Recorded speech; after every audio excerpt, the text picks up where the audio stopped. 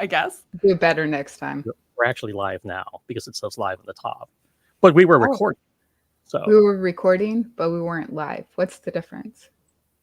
Live on YouTube. Oh, should we start over? Well, we're going to go with... That was a practice round, guys. If you're watching right now, that was a practice round that you didn't see. And I will be editing this when we go to the actual... when we actually upload the podcast. Hey, this is our first episode. Okay, so first, let's go ahead and start with the intro music again. Ooh, I do like the intro video. It's good to dance to. That's... Get your dancing shoes on, guys. I mean, I really like it.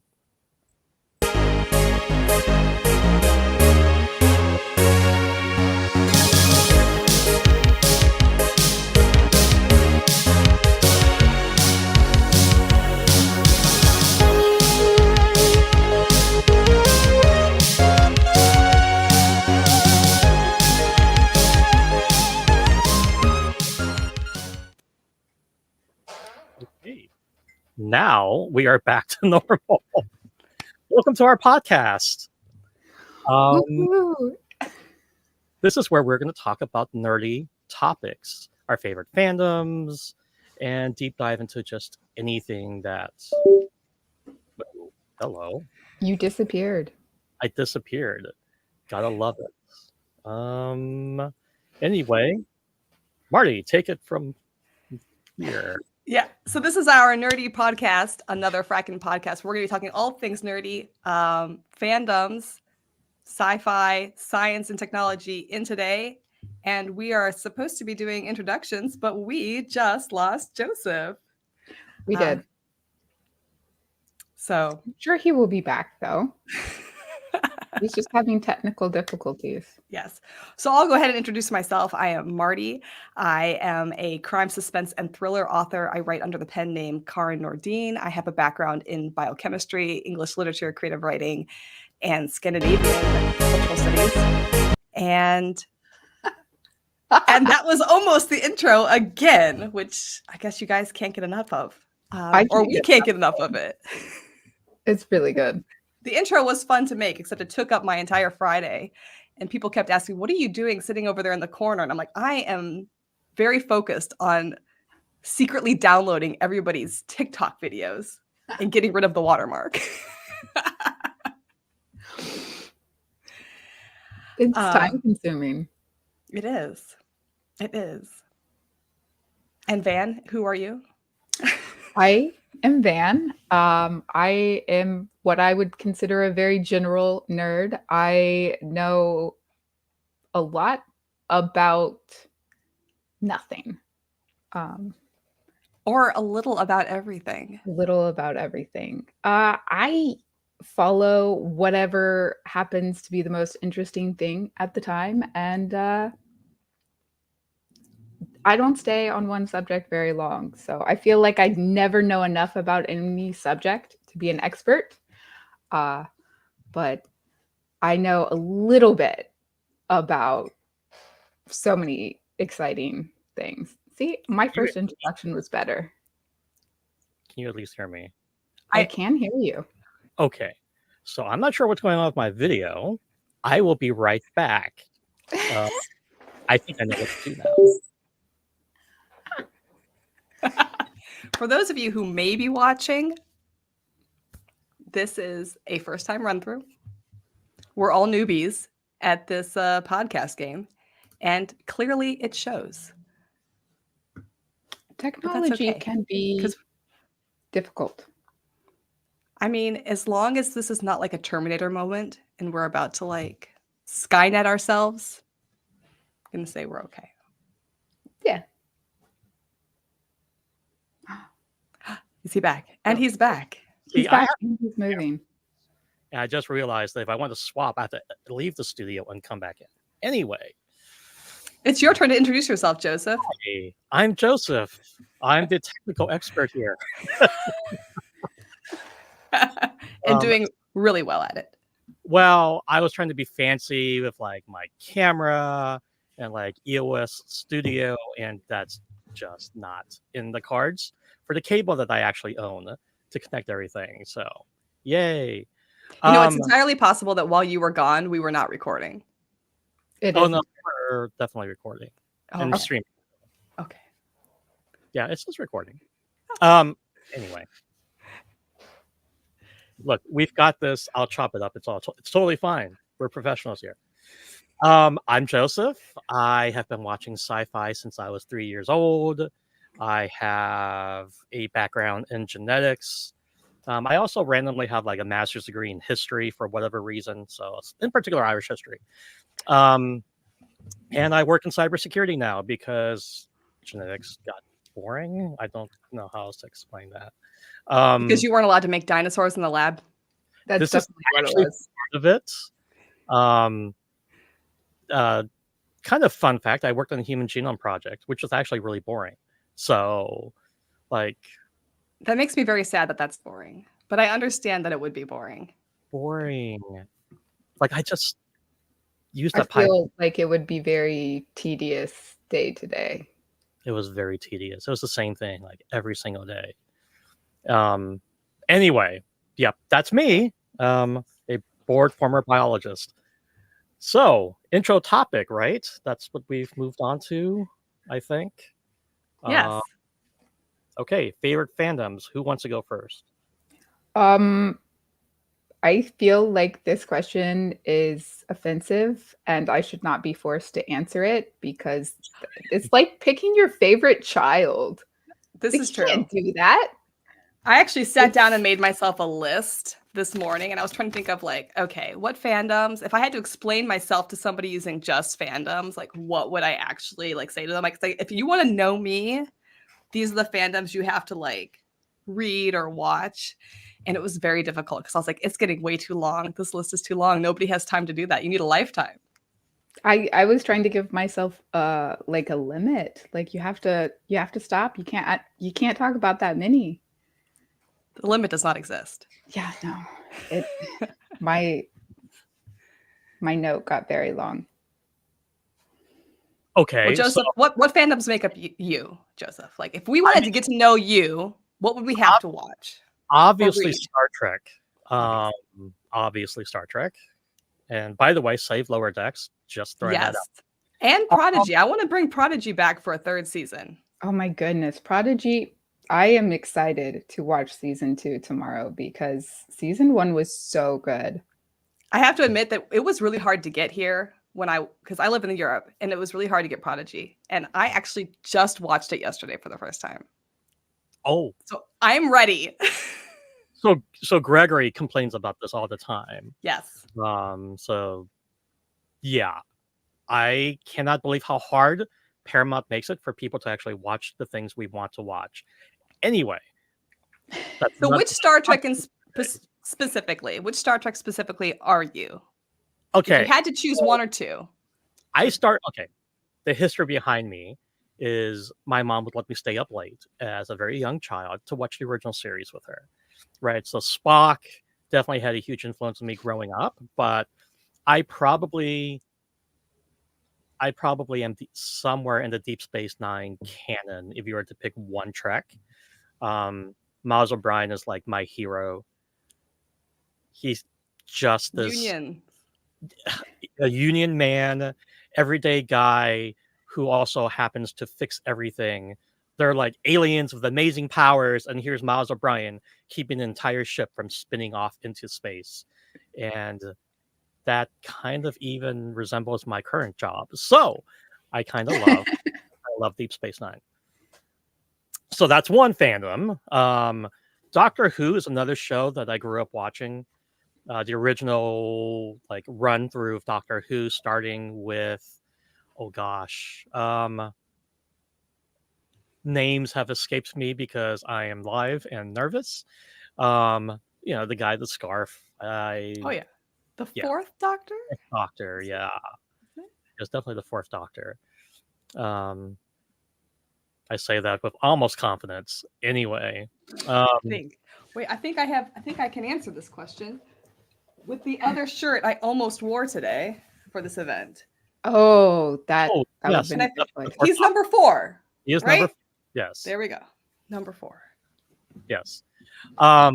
Anyway, so I've been watching Doctor Who since then. So not since then, because obviously it was reruns by the time I got around to watching it, I think. But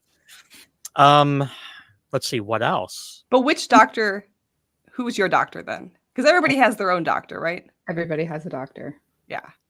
David Tennant has kind of become everybody's doctor, hasn't he, at this point? Well, Like, I would say it was the 4th, but David Tennant also is amazing. So I do Yes. like David Tennant runs as well.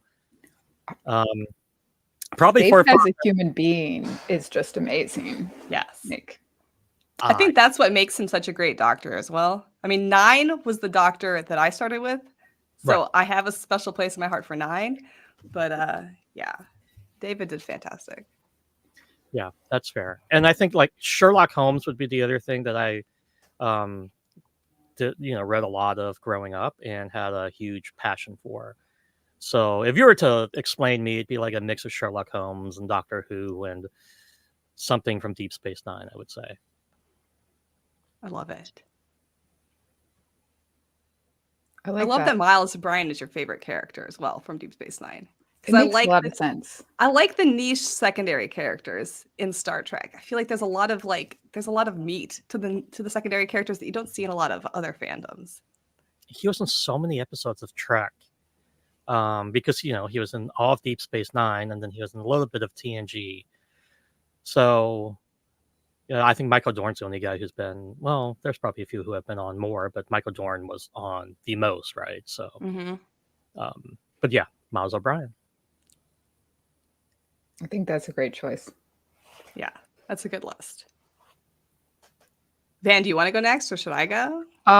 Yeah, I feel like Joseph was reasonable and like kept his list. Yeah, my list is and not I'm that reasonable. Like, I'm looking at my list and I'm like, can I make it to 3? What can I cut here? Like, what can I cut? I'm not gonna cut anything.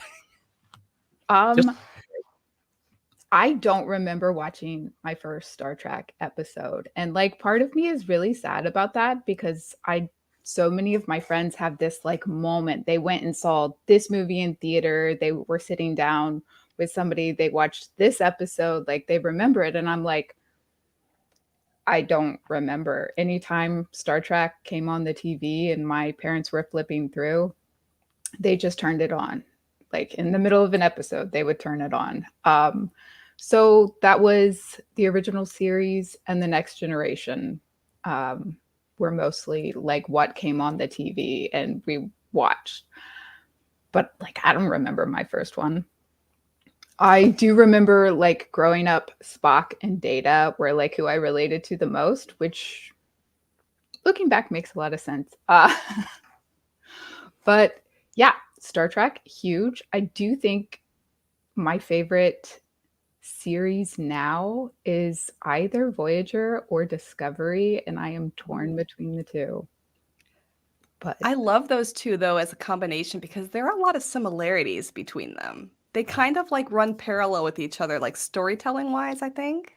They really do. Just like the ship being kind of isolated from the Federation, from Starfleet, like from the Starfleet they know, It's just female captains. Yes. I do love the fact that those two shows are your favorite and they're female captains. But I will honestly say, I think I see a lot of similarities between Discovery and Deep Space Nine. And that's just in how raw the emotions are and how flawed the people can be. Yeah, that's a really good point. I think also, too, on that note, just the fact that Discovery and Deep Space Nine, they venture into territories that some of the other Treks don't because of their like the way the setup is. Deep Space Nine was so good at going into politics and religion and all these different aspects. And I feel like Discovery does that as well. I'm going to speak heresy, right? My top 3, if you were to ask me my top 3 Treks, it would be Discovery, Deep Space Nine, and Voyager. And I think those are the superior Treks. And I'm going to walk away slowly. I feel like this is going to be a podcast episode in itself. This could be an entire... This could be. This very easily. Very easily. Well, I'll be looking forward to your thesis on that one next time. Go on, Van. Sorry, I cut you off. Star Wars obviously is a huge one for me. I don't talk about it a lot online because we all know why. But when Messy. my baby brother was small, he slept about 6 hours a night. And the doctors are like, he's fine. He just doesn't sleep. But the best way to get him to fall asleep was to turn on Star Wars. And he didn't care at what point in the 3 movies it was, because this is the original trilogy. You just turned it on, waited till he fell asleep, and then you turned it off, and then you restarted it in the exact same spot. So very quickly, I didn't even need to be in the room. Just hearing what was happening, I knew exactly what was going on. So yeah, those are like burned into my brain. So huge Star Wars. Of course, we gotta delve into Battlestar Galactica just being absolutely phenomenal. Fantastic. And I'm rewatching it now because it's on Prime, which is so exciting. And I'm realizing like this was just on TV. Like they just put this on TV, and like I don't know. I think I totally glossed over some parts of it when I watched it at a much younger age, because like way over my head. But like now I'm like, what? It's so fantastic rewatching things as an adult and seeing something completely different. But yeah, no, that is like huge. I really like the storytelling in it. It's very expansive. Like it covers so much. And it's funny, because I've rewatched Battlestar, I think, I don't know, 5, 6 times. And every time I go back, it's like, I forgot that entire season, or I forgot that entire storyline. And there is so much that is relevant even to like today's world, that like I wouldn't, when you go back and watch some of those early episodes when they're first leaving and they're having to make the rules about like what is allowed and what isn't allowed, I'm just like, wow, I forgot about that. And that's heavy. That's heavy stuff to just put on television. I mean, it's a lot. I was in my current rewatch, there's a whole subplot about a little girl, and then that gets into some really dark places, and I'm like, wait, we're just throwing that on TV. That got dark real fast. Yeah. No, but Battlestar, like just the storytelling was fantastic, and the actors they chose, I felt each one of them hit their mark so perfectly. It was like, I feel like in every show I watch, there's like somebody that I feel like, was this person really well cast? Do I just need to like have them grow on me? But I feel like that show hit it out of the park from the very first episode with the people that they chose. They're all so good. They're all so good. Moving on, Babylon 5. I don't know if either of you ever watched that one. I watched the hell out of it. See, Babylon 5 is actually, this is a horrible thing to admit as a nerd. I actually have not seen it in its entirety. And Star Trek is the reason why I have, because I just kept watching Star Trek over and over. That like, whenever somebody would say, why don't you sit down and watch Babylon 5? I'd be like, that's a commitment, you guys. And I'm already committed. It is. It's a commitment.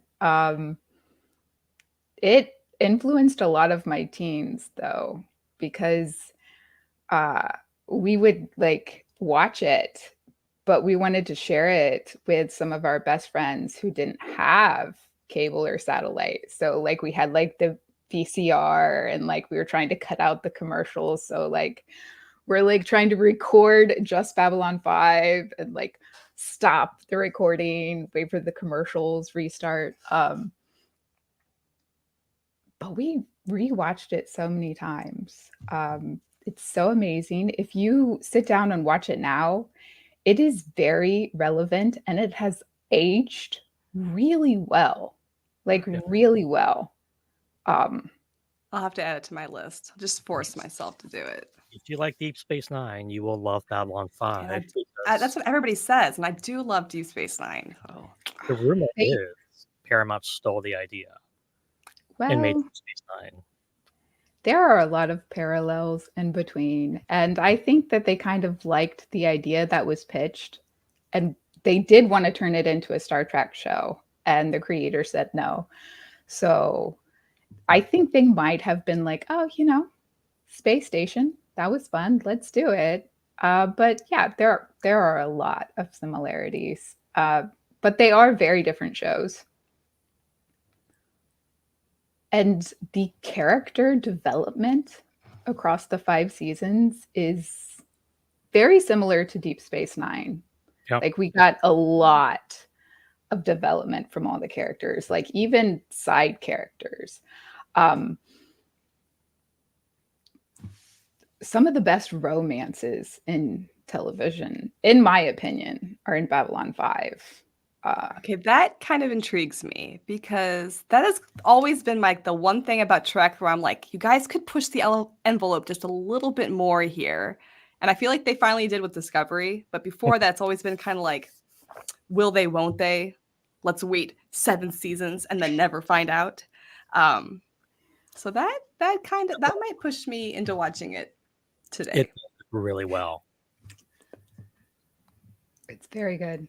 I am low-key mad that they never had follow-up series past like a certain, like they had a couple of like made-for-TV movies. Yeah. And that was it. And then nothing more. They did do a cartoon movie recently. Did they? Yeah, it was on Prime, I think. I'll see now. I've got to go look for this. It I didn't see is. that. I don't want to say it's bad. It's not bad. But when I wanted more Babylon 5, like it didn't scratch that itch. Like it is more Babylon 5, but it didn't like fulfill what I wanted. It was like reading a comic. Like I love Star Trek comics, but like they're not the same as watching a Star Trek episode, if that makes any sense. No, it makes perfect sense. That's what it was. It's good. I recommend it if you like Babylon 5. Absolutely. But like it's not the same as another series. Is there any possibility that they could come back with it like they did with Picard? Like are the actors still around? Like that's how much I don't know about Babylon 5. That's one of the big reasons that they did a cartoon is a lot of the actors are not. I would like to see like a revival, a continuation. Like we don't need the same like thing. a Strange New Worlds type thing. Or like a Voyager thing. We're going for completely new characters, completely different time than say the original series. I think they could do it. Next generation of people. That would be cool. All right, well, you guys have convinced me. I'm adding it to the list. I'm looking it up as soon as this is over. It's really good. Let me speed through a couple more. Firefly, obviously. Yes. Hate Josh, but Love he the writes show. some good stuff. Yeah. That was Buffy. so innovative. And I'm a big fan of Westerns. So like that show hit like that sci-fi Western niche that I just was waiting years for. So fun. Doctor Who, obviously. Favorite Doctor? Definitely the 9th. No question. My parents had watched Doctor Who. So when they came back, like when they revitalized the series, we sat down like the day it premiered and they sat like all of us down and they're like, you have to watch this. Yeah. How could you not be a fan? Like it's incredible. Yeah, the 9th Doctor is always my favorite. And I like the leather jacket. Yeah. Well, you cosplay him, so We should have known that. We should have known that. I did. And then, of course, Captain Jack Harkness and Torchwood. Obsessed. I mean, obsessed. Though I do not recommend Torchwood to most people who like Doctor Who. It gets a little dark. I think that's why I liked Torchwood, because it did go Yeah. dark. It does go dark. But a lot of people who love Doctor Who watch it and hate it because Doctor Who, even when it gets dark, it's never that dark. And it's always hopeful. And like at the last second, you know, some brilliant thing comes out of the doctor's mouth and he saves the day. And then Torchwood, like, they don't always win. And even when they do win, it's like it's not a full win. It's like a compromise. Love it though. Love it. And then we could delve into books and that would take me all day. But I do want to mention Good Omens only because it is such a big fandom now. And like, as much as I love how big it is now, I'm like, I've been a fan of this for so long. I started with Terry Pratchett books. We all read them as a family and passed them around, which led us to all reading Good Omens, which led me to Neil Gaiman, who is now my favorite author. The amount of times I've read Good Omens is probably obscene. Like, it is a masterpiece of a book, and you can read it 10 times and it is still good and you're still finding new things in it. If you haven't read it, you should. I actually haven't read it, but I did have drinks with Neil Gaiman, and I didn't tell him I hadn't read it. I don't think he would have cared. He was just there for the mingling, but super nice guy. Neil Gaiman is amazing. But yes, one day. Next time he's around, I'll give you a call. We can all go. I did see him in person once. It was like during COVID though, so like I had bought a meet and greet and it had been canceled due to restrictions. Oh, no. But like we were sitting like in the front row, so we were like 6 feet away. Well, if you get the opportunity to do it again, I highly suggest it. He's just so, as funny as it sounds, down to earth, chill, kind of shy, quiet, like what you would assume a typical author would be, like not totally weird. Like, I love that. I think you're a typical author. Like, I expect all authors to be like Marty. Yeah. Exactly like you. I'm gonna set a bad example for everybody. Authors are usually afraid to talk. Really? From the ones that I have met, it's been kind of like, we spend so much time in our heads, and like the magic comes from your brain to your fingertips, not from your brain to your mouth. So that makes sense. You multitask. A lot of them have been quiet. That evening was actually it was a fun evening. It was a bunch of authors, and he was there, and everybody was kind of quiet, and it was kind of like, who's going to make the big like discussion? And luckily there was another famous person there who was not like normal. He was an actor first, author second, and he was quite, verbose. So it started the conversation going. But you would have done it otherwise, right? Huh? Oh yeah, I would have said something. I would have said, I don't remember what I said to Neil. I'm sure it was completely embarrassing. I mean, that's what would happen if I met him in person. I blacked out. I have a picture to prove it, but the rest I just blacked out. I mean, I get that. Van, you done with your yeah. I could go on for like 3 more hours, but I don't have enough. Maybe I have something on my list that is also on your list, and we can continue that discussion forever. You start your list of fandoms. So, like everybody, Star Trek, of course. And it's funny that you said like people that remember their first Star Trek. I actually do, because of my first experience with Star Trek. I was like the biggest anti-Trek person ever because of my first experience with Star Trek. Really? I am fascinated now. So when I was younger, like really young, my mom had this my mom really liked Harrison Ford. So she had this belief that if Harrison Ford is in it, I'm allowed to watch it as a small child. His movies were okay. It didn't matter if they were rated R because they were Harrison Ford movies. They were fine. So she started me on Indiana Jones. So that's one of my big fandoms. And after Indiana Jones, after I destroyed the VHS tapes, we went on to Star Wars. And then my mom was like, man, there's not a lot of, more Harrison Ford movies that a kid at age 6 or 7 or whatever is going to be really into. So we're at the Blockbuster one day and she's just like, well, you like Star Wars. I'll just get Star Trek, the motion picture. Oh no.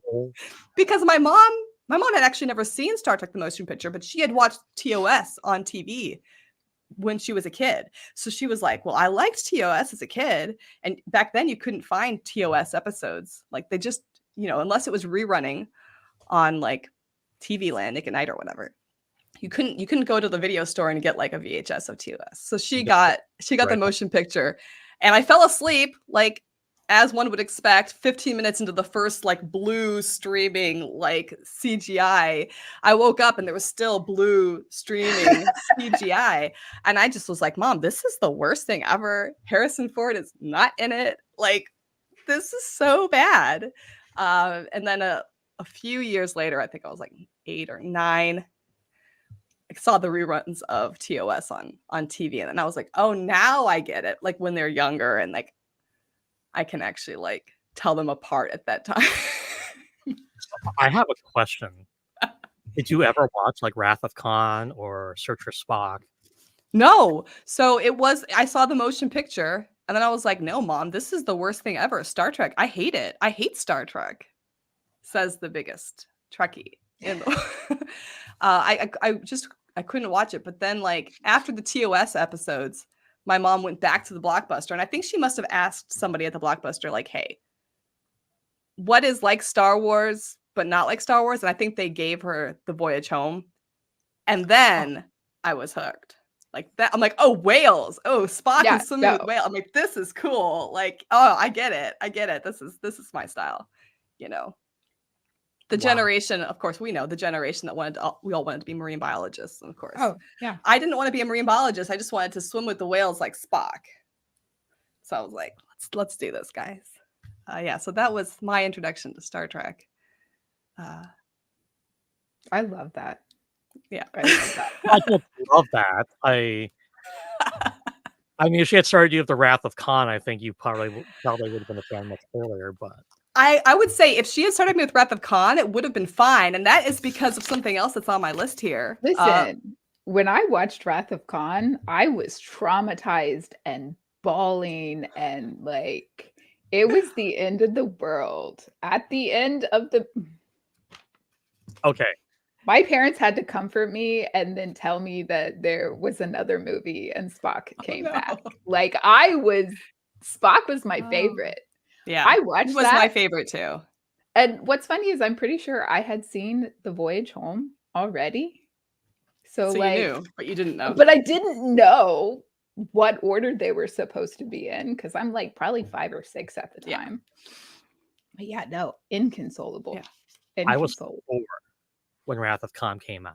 And I just remember I had to console my mom because she was so upset that Spock died. Oh my God. Oh no. There was, you don't know. We had we went to rent the VHS and watch it at home, and my mom's just emotional. And I was like, there has to be another one. There has to be another one. And we had to wait for it. My mom was so sad because you go back then, you go to Blockbuster, it was $1.99 for a movie, and you got it for 2 days. And she gets me Star Trek: The Motion Picture, and I'm like, I hate this. But you are so right. If she had started with Wrath of Khan, I would have been hooked. And the reason I would have been hooked was Ricardo Montalban, because one of the biggest fandoms for me growing up was the Planet of the Apes. And he was in Escape from the Planet of the Apes and the beginning of Conquest of the Planet of the Apes. And I was obsessed with that series, the first 5 movies, and then going into the TV series. and then the TV series turned into movies kind of thing. Like that Planet of the Apes is like, oh man, it's my heart. Like I love Planet of the Apes. I even like the new ones to an extent. And actually the newest one that just came out, I have to say was quite good because there were a lot of like references back to the first two original Planet of the Apes movies. But yeah, but if I had seen Wrath of Khan first, I would have immediately made that connection to Ricardo Montalban. I would have been like, oh, do we get more of this guy? And I would have watched the whole thing to find out if he was in anything else. But yeah, I do Star Trek. Yeah, so TOS is for me super that was my first really, and so that was the one I really liked. And then Deep Space Nine. Yeah, I love Deep Space Nine because I love the characters. I love the storytelling method. Another reason I like Battlestar Galactica is because I like Deep Space Nine, and I feel like there's a lot of correlation between Battlestar and Deep Space Nine because just thematically they kind of follow that parallel path, which I really like. I like story. I like it when they get into that meaty, dystopian aspect of the world that they're in. And it's cool with Star Trek to see a dystopian Star Trek in a way because they're not in the Federation, because it's, it's Bajor and Cardassian. It's not what we were used to. Yeah. It's not paradise. Yeah. And I thought that was a really smart move for them to do because, there is something cool about the utopia of the future, and humans have advanced the point of peace and prosperity for everyone. But then a good reminder that that's not how it always is for everybody. So that was cool with Deep Space Nine. Stargate. Yeah. Thank you for mentioning Stargate because I left that off my list. Stargate. And I couldn't even tell you which is my favorite. I mean, I really loved the first few seasons of the original because I was a big Richard Dean Anderson fan. I used to watch MacGyver by accident because it was on television right before the next fandom on my list. And so, yeah, I really liked the original, but I was also devastated when, was it Star Trek? Was it Continuum? The one only ran for one season? Universe. Stargate Universe. Yeah. Because I thought that show had so much potential. I think it was just one, or was it 2 seasons? But it ended way too soon. It ended really soon. Yeah. That's the one Stargate I have seen 0 of. I remember it had a rough start, but then I remember towards the end, I thought this show had more potential than Atlantis, I thought at the time. Yeah. And I was very sad that didn't continue because I really was a big Stargate fan. It had 2 seasons, 40 episodes. And oh, that's right. It ended on a weird cliffhanger or something, so it made you feel like it was kind of one season. It was yeah. And I hate that, but you're right. It had a lot of potential. It was very Battlestar Galactica-esque. It was. So that probably explains why I liked it. I also like that the one lead actor, the scientist, whose name I can't, the British actor. Let's see. From Once Upon a Time. Robert Carlyle. Yes. For Rush. Yes. He was so good. He was so good. I am not pulling this in my head, by the way. It's kind of a Gaius Baltar sort of character, and Gaius Baltar was my favorite BSG character. So. Oh my goodness. So good. He's so much fun. But the reason I was a Stargate fan was because I watched MacGyver. And the only reason I watched MacGyver was because it came on right before Quantum Leap. And Quantum Leap, man, I love Quantum Leap. I think my first fanfic I ever wrote was a Quantum Leap fanfic. It was either that or X-Files, which is also a big thing for me, the X-Files. Have you watched the I guess the new Quantum Leap? I haven't yet. I can't figure out where to find it here. Oof. I might have to find it by means. But yeah, Quantum Leap, the X-Files, the Twilight Zone. Oh. Which I feel like that influenced me as a writer. The Twilight Zone was just I want to write those kinds of stories. It's an amazing show. Such a good show. I always think of like the episode with the man who just wants to read. He's got all the time in the world. Oh my gosh, that one. That's a very relatable episode. Yeah. And then like Van said, we could go into books, but like I feel like book wise, like the most like influential one for me is just like the Stephen King universe. Like So amazing. And I even like the bad movies. Like the original Stand miniseries. I have like a story about that series, and like that will never leave me. I have to admit, I do like the bad ones too. Yeah. There have been so many comments about how bad some of the movies are. I'm like, oh, I watched the shit out of it, so I'll watch them all.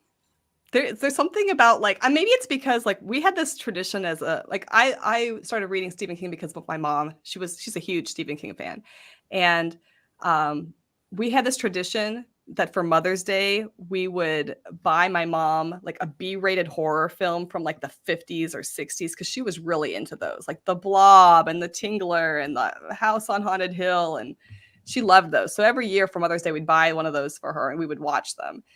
And I feel like that's how she got into Stephen King. And I think that's why I like the cheesy, bad Stephen King movies, because they kind of remind me of like those old B-rated horror films, like, you know, Tarantula or whatever.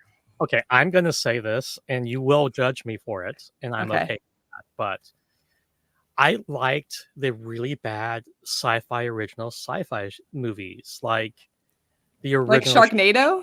The original Sharknado, I will watch the hell out of. Not all of the like crazy stuff that came after, because it was just movie stars trying to get into a trend, and I despise that, by the way. Anyway, but yeah, I will watch the hell out of some really bad sci-fi just for fun. This is not stuff that I'm going to rewatch or try to get any sort of like meaning or deeper philosophy out of, like I do with Trek or Star Wars, Doctor Who or Stargate or any of those others, right? It's just absolute, just to see how bad it is. Yeah. And I realize that makes me a very kind of lower tier sci-fi fan. No, absolutely not. We all like popcorn. Yeah. Absolutely. We all like popcorn. And I love a lot of TV shows and books and movies that I call popcorn. And it's only occupying a small percentage of my brain when I enjoy it. And sometimes that's all my brain wants, is just, that's all it can handle, is just a little bit. I can't always sit down and watch something, you know, deep, or read like a really elaborate, well-developed universe when I'm reading a book. Sometimes I just need popcorn. Yeah. I think that's fair. Yeah, 100%. Yeah. And I mean, to kind of, so you don't feel too bad about that, something that I used to really like, and I've never admitted this, and you might not even know what I'm talking about. I used to, we're going way back here. This is like late 90s, I think. VH1 used to make movies, right? But they were kind of like fan fiction. They were like AU universe, like what if this happened in the music world back then. And one of the movies that they made that I was like obsessed with, they made a what if Paul McCartney visited John Lennon the week before he died. I can't remember what the movie was called, but it's about like Paul McCartney goes to visit John Lennon like the week before he dies. They go out, they have this like fantastic time together. They like hang out, they make music together. It's a fan fiction made into a movie. And I was like obsessed with them. They made like 3 or 4 of them. They were super niche. I don't know. And I just kept thinking, when they came out, I kept thinking like, how are they allowed to make this? Like, how is this legal?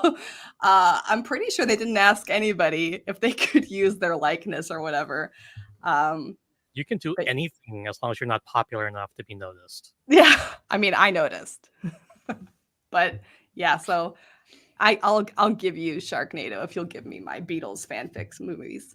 I will accept that because I do remember the premise of that movie, which means I must have watched some of it, but I don't remember details, which means I probably fell asleep at some point. But I will grant you it was a fascinating premise. So Yeah. go watch And it. actually, I might be wrong because my brain sometimes is not right. But like, if I remember correctly, the guy who played, I want to say that the guy who played John Lennon in that film went on to later play Paul McCartney in a different film or something like that. Like there was a person in that movie who played one Beatle in that film and then went on to play another Beatle in a different film or something like that. It was weird. I'm going to be deep diving into this now because I could be wrong, but I think it happens. I'm going to scour the internet, and you'll probably, if you're wrong, I will spend hours going through. But that's time well spent. I just want to point out that there is a weeping angel on camera, so I'm sorry to everybody, but yes, that's a weeping angel over there. Why do you Well, at least have we're that? That's an looking at it. apex predator. You have an apex predator in the room with you, and you I turned saw your the- back to it. Yeah. Yeah. Your back is turned. You're in danger. We are not in danger. Or I do you mean- cancel yourself out because you're looking? The image of like- an angel is an angel, so you are actually also in danger. We're also in danger. But we're looking at the angel. True. I feel like we haven't all blinked at the same time. It'll be fine. But back to the why do you have this? I 3D printed it. Oh, You did this on purpose. We got to see it now. did it on purpose. Yeah. So Well, now we have to have an episode on niche figurines that are just like yeah. sitting in the office. Why is it hanging out in my bookcase, facing me or like behind me? I don't know. Don't ask me why I do these things.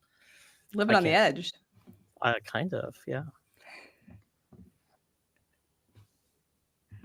Okay, so nobody said Lord of the Rings, and I'm just shocked. But I actually am on my shocked as well. list.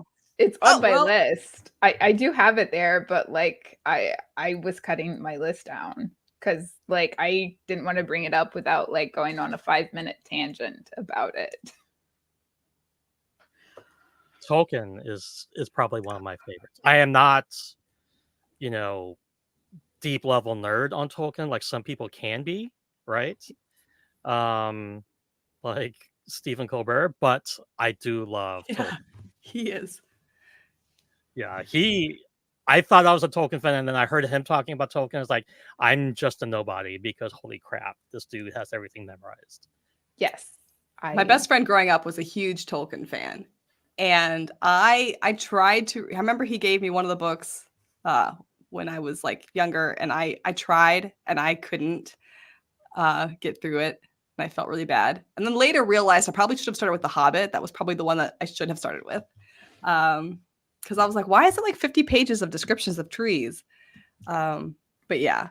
Because that's how Tolkien writes. Yeah.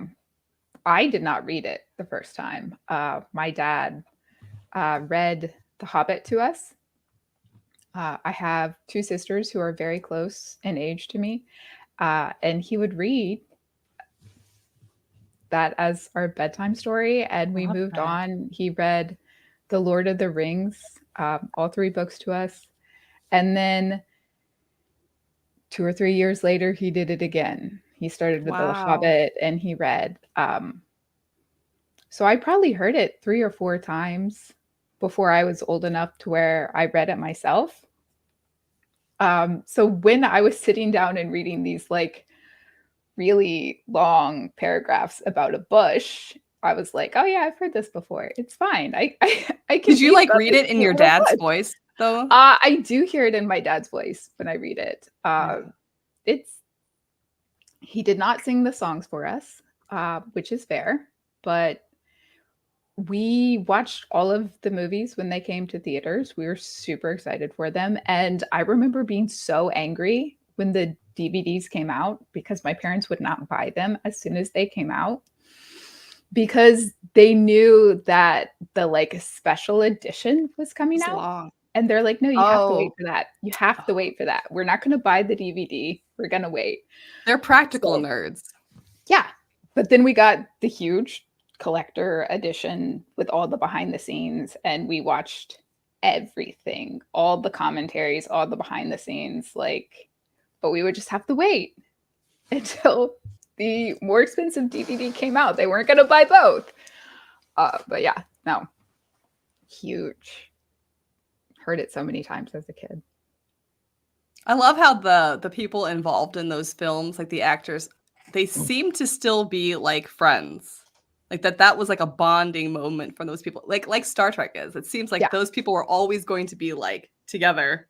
If there's an opportunity for them to be together, it's like, you know. Yeah. I I think that's feel cool. like that translates onto the screen really, really well. Yeah. Like you can tell. And you can tell in other movies and TV shows, I feel like, because Well, there are some where they stay together and hang Mhm. out and do conventions and seem to really talk and be friends afterwards. And there are some where it's like they never speak again.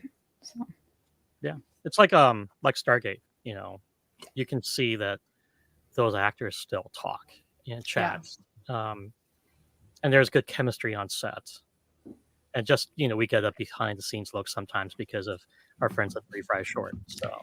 Fantastic. So yeah, it's so awesome. Okay. What to expect in the upcoming episodes? We have We're lots of ideas. we do Yes. have lots of ideas. Rambling. I feel like if you're not down for rambling, We're just gonna nerd out because we like to, and it's our podcast, so that's what we do. But yes, rambling, but good ideas. We're gonna deep dive into specific topics instead of just talking about all the things we love all at once. Let's be honest, we're gonna talk about all the things we love all at once. We are. But I think this was a good kind of introduction to who we are, what we like, and if you like these things, then you're going to like this podcast because these are the kinds of things we're going to talk about.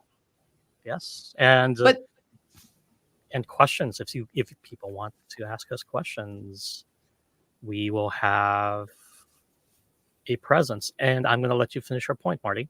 oh no, I was just going to say, but I think you have some specific topics planned that are actual, like real science world related topics that may also correlate into science fiction. Right. So I mean, we were kind of group thinking this, right? But like real life sci-fi inspired things. Obviously, there are lots of gadgets out there that were inspired by sci-fi. Will we ever leave the solar system? I love that one. I mean, do- there are many people that need to leave the solar system. And if they don't go, then they should just send me. I have got a list, and That's my other list. I live in People who need to leave the solar system. my list would like fill my room. That's my list. It's on my bookcase. How does time travel work? So Oh. Which is that one of- could be like a 3-part series. I'm very excited about that series. Yes. let's see, our favorite sci-fi, or our favorite moments in sci-fi. Reading doesn't always work for me, so I need to take my time to read out the words one by one. There's so many. Who do we ship and why? Because as we talked about in this episode, sci-fi doesn't always do a good job on the romance side of things. Remember, we have to make it up for ourselves. Right? And history that inspired plot lines so much. I mean, that could be like a 10-part episode. Like, Listen, we could have 10 parts just about Doctor Who. Not even branching off from there. I feel like we have to have a Babylon 5 specific episode now, just so that I am forced to watch them all. yes, we do have to have one. We're going to give you some time. Well, we might need to give you some homework before we do who we ship and why, because, you know, I got like a list. Oh well, don't Put tell that on me. I'm gonna come up with my own wild things. We're going to talk about episodes that don't fit the norm in a series. Musical episodes, horror episodes in Star Trek, my favorite. things like Quantum Leap, where Sam couldn't control the body he was in. Which I watched a lot of Quantum Leap. I don't remember that episode, so I have to go find it now. It's a two-parter. It's the Lee Harvey Oswald episode. Oh, Yeah. I It's crazy. have only seen scattered episodes, so you will I have will to have watch. to. I will have to. Characters we relate to and why. I feel like we all relate to Spock. Did we learn that today, that we are Yeah, all I Spock? think we did. Yeah. Yeah. Which sci-fi universe would be the best or worst or most fun to live in? Oh, so many thoughts on that. Yeah. I feel like that might be like 3 different episodes. I mean, we have all the time in the world, right? We do. Fandoms have started out as books and are made into movies. So And the reverse. and the reverse. Alternate realities. I mean, I think we're living in one, I'll be honest. What are the spiritual girlies on TikTok say? Like, the timeline has shifted. We're shifting timelines. Yeah, I think when we entered the COVID era, I was like, yeah, for sure. This is an alternate universe. This is not like somewhere there's another me who's just like enjoying life without the fear of existential dread every single day. And that version of Joseph is a bastard. Anyway. I mean, I don't like the existential dread, but without that existential dread, I would never have met either of you. So, you know what? That's point. Fair. I was not getting on TikTok. No, I wasn't. Honestly, I didn't even know I didn't know anything about it until I had the existential dread. Yeah, I had heard about it and then refused to be on it. And somewhere like halfway through the pandemic, I was like, I'm so bored. Similar, because it was 2021, and I was like, okay, I've avoided TikTok on purpose, but my sister kept telling me I needed to get on it, and so I did. I don't even remember I don't even remember how I got on it. It just was like one day I was like, well, I'm doing this. Jazzercising? My first episodes are just jazzercise. Like, it was supposed to be an exercise / cosplay channel. So if you scroll way back, you can do some dancing, exercising with me. I should just bring that back without explanation. I really think you should. You should. We would all do edit because, well, I don't know that we all would, but I would do edit. So anyway. One day it'll just come back and without warning. So prepare yourselves. I'm excited. Orange or something. We will also talk about side characters, which are, by the way, my favorite. Yeah. They're my favorite too. Mine too, actually. Yeah. The more I go back and rewatch the fandoms I love, I realize that like all the side characters, they make all the series, really. And you can deep dive. Like, I'm going to throw this out there. Walter from Stargate, SG-1. And like compare and contrast him with Radar O'Reilly from MASH, and I'm just going to leave it alone. Anyway. I mean, I have been watching the A-Team all week, so like the Barclay references, I'm like watching A-Team, and I'm like, Barclay, this is the same character. Like, he's just. I'm like, Barclay, Murdoch, they're the same guy. They're just a different uniform, different team. Maybe it's not the different guy. Maybe he's a time agent. Anyway, and then what's an iconic villain? And I know for this one, we pretty much just have to sit there and give Van a ton of time because I already know she's going to deep dive into this. Listen, I have thoughts, I have opinions, I have a dissertation. Are we starting with Dukat and Kai Wynn, or like? Oh God! And then like working our way down, like. I mean, they're definitely showing up. There's like a whole group of love villains. not really a villain, but villains like Mhm. Kai Wynn. And when you watch Babylon 5, you will meet Bester, That's and you will understand that they are in the same villain group. And Okay. it's he's amazing. so amazing. All right. You know, I'm gonna look it up. I'm gonna watch it tonight if I can find it. I mean, we will find ways for you to find it, is all I'm saying. Okay. It's not the easiest thing to find, but I don't know I how have my much meth- harder I have it my will be methods. in Europe. In this country, there are things that are legal that are not legal in your country. I will believe find that. it. Russia. I mean, it's very ominous, Marty. I know. I live in the Netherlands, and we're very lax about certain things. Like copyright. Copyright. Look, if you download it, as long as you don't upload it, it's kind of the rule. That makes sense, actually. Follow Given my that. choices, I will have no comment on this. I know. I do feel bad about it, though, as somebody who works in the creative industry. If I can buy it, I will buy it. Like, if I can find DVDs with the right region, I will buy it. I mean, that's fair, and I will, speaking for myself and not as this is not the opinion of my employer. Speaking only for myself, I will say this, that I support that. Because you are trying to pay the artist, but if Yeah. you cannot, you must consume the content, and it's not your fault that The streaming industry has ruined the purchasing industry. Correct. Yeah. Facts. I used to have so much physical media, and then I moved here, and I couldn't bring it with me, and because I couldn't watch it here. And then That's my true. parents just gave it all away. I had the box sets of everything. I think I had the box set of Babylon 5. I just never watched it. We will make this happen somehow. It'll happen. It'll happen. Yeah. Okay. Good first episode, y'all.